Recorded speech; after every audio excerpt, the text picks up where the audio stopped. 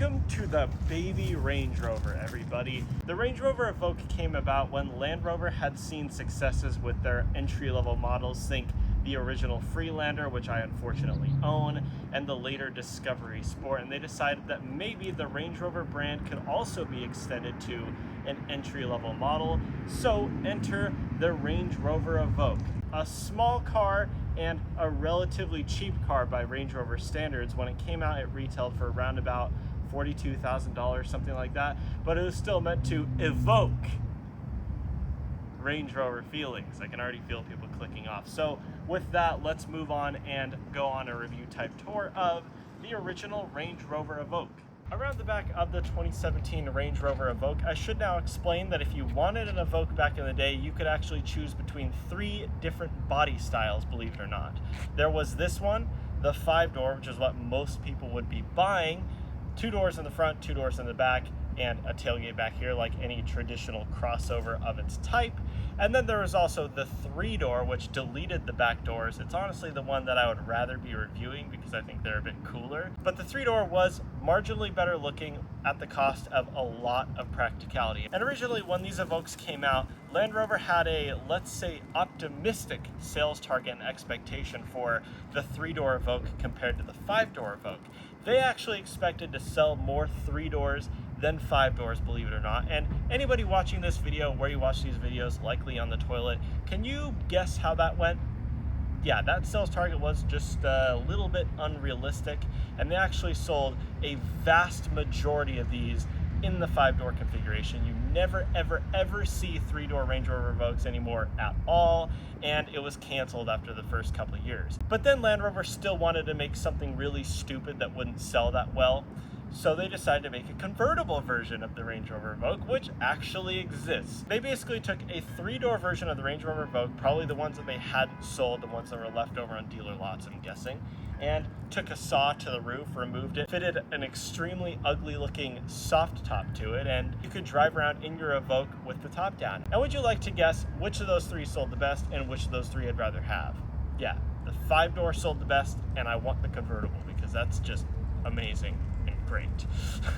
Imagine driving your Range Rover on an off-road trail with the roof down. All right, I'll continue on. This is a smart review after all. Let's talk about practicality. Back here you have an electronic lift gate, as you would expect from a Range Rover. It may be the base level Range Rover, but it is still a Range Rover and is meant to evoke feelings of luxury. Am I right, everybody? Anyways, you look inside here and you can see it's pretty standard for this size of vehicle. It's not massive, but due to the shape of the Range Rover Evoque, you've got plenty of storage back here for a weekend away, or more likely, the tools that you'll need to actually keep this thing going. But it's pretty wide cargo area, pretty decently deep, and for a car this size, it's definitely reasonable. That's pretty much it. You can fold down the second row seats if you need to, but to do that, you actually have to reach around to the seat itself, press a button, and then fold it forward just like that. But because it's not the biggest cargo area and it's a pretty small Range Rover, you can reach that pretty easily, decently fine. So around the back here, it's not as big as a full-size Range Rover or a Range Rover Sport, but it is the Range Rover Evoque, so given what you'd expect from it, it's a pretty decent cargo area. But what is it like for the rear seat passengers? I want to find out. Now, of course, I'm not expecting full-on Range Rover luxury back here, but it's still Range Rover, so it should be okay, at least for rear passengers. And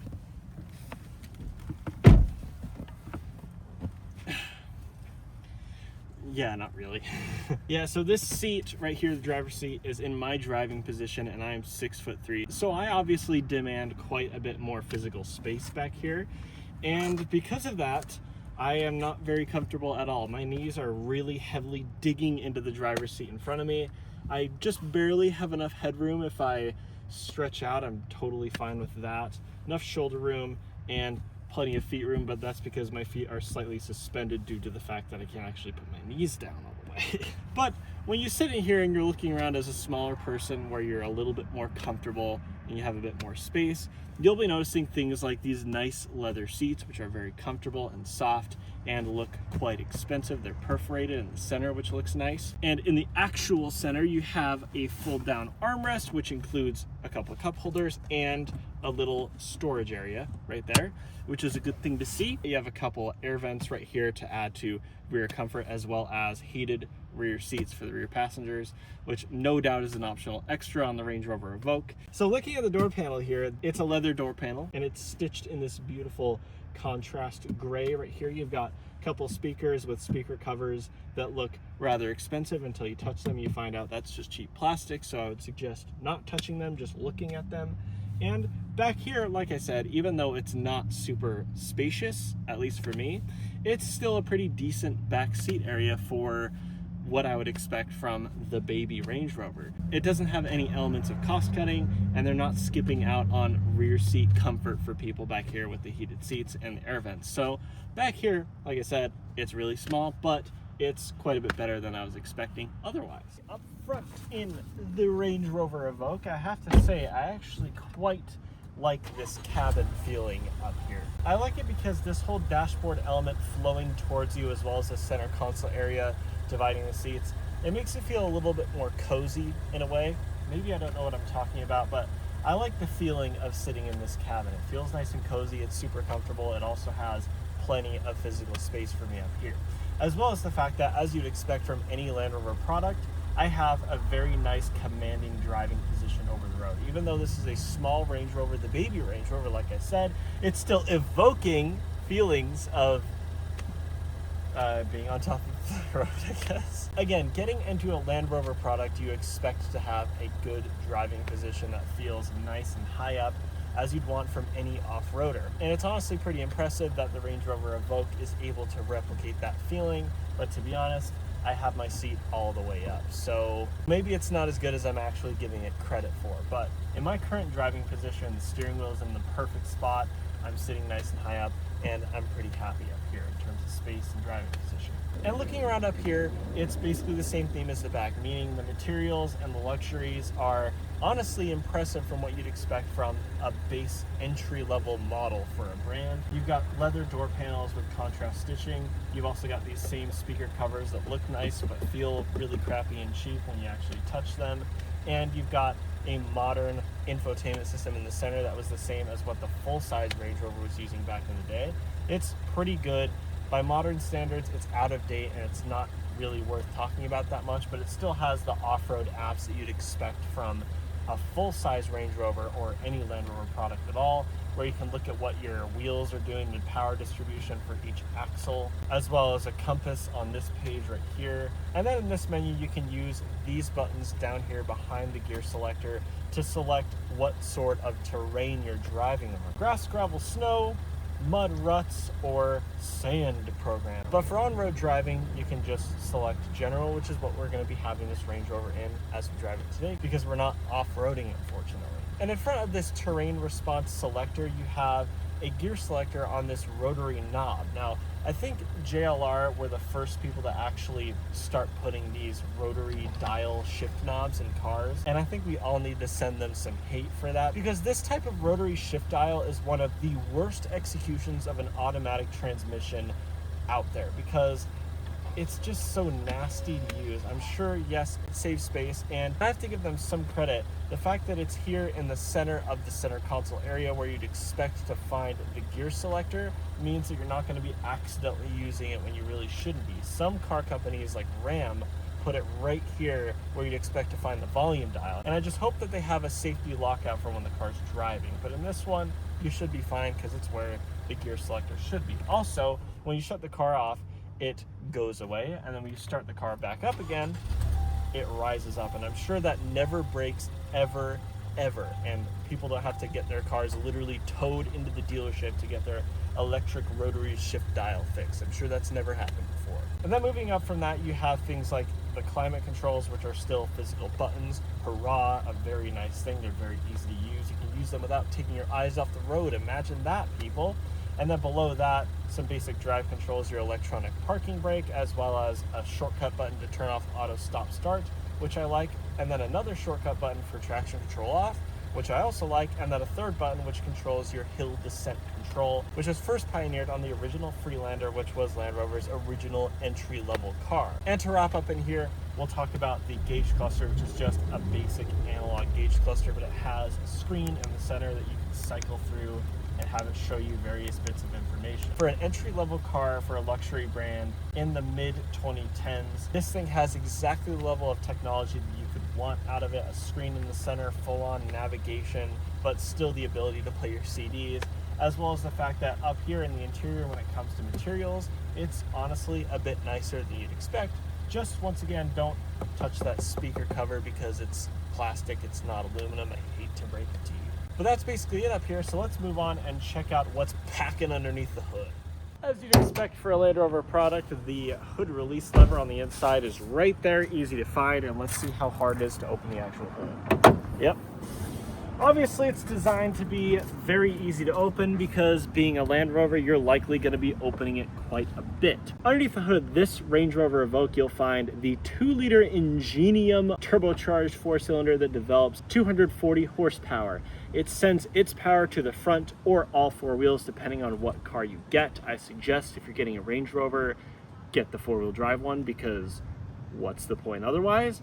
Through a 9-speed automatic transmission. Now, I haven't been able to find that much data on reliability. I did a quick Google search a minute ago, and what I could find was either that it was the worst car anybody had ever had, and to stay away from it like it was the bubonic plague, or the fact that it's actually pretty solid. So what I gathered is that sometimes they have transmission problems, but overall, lots and lots of people that aren't supposed to be owning Land Rovers ended up in one of these things. And if you're not ready for Land Rover ownership and problems every once in a while, you should be in something like a Toyota RAV4, not a Range Rover Evoque. So that's my theory. The people complaining are the ones that haven't owned Land Rovers before. It's like that meme where the guy's about to get hung and he says first time, basically that sort of thing. So that's my idea. But if you know more about these and you'd like to elaborate for other people in the comments, go ahead and do that below. I would love to hear from you people.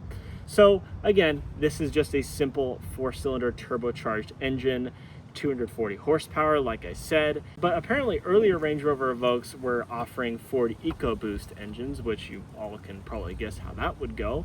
And these later ones are actually Jaguar specific engines. So with that, there's not really much else to talk about. But being a Range Rover, let's just hope that it doesn't break down on us as we take it on the road and see what it's like to drive. Let's take the 2017 Evoque out for a drive, putting aside the misery of using a rotary dial shifter like that. Quick sip of my coffee and off we go.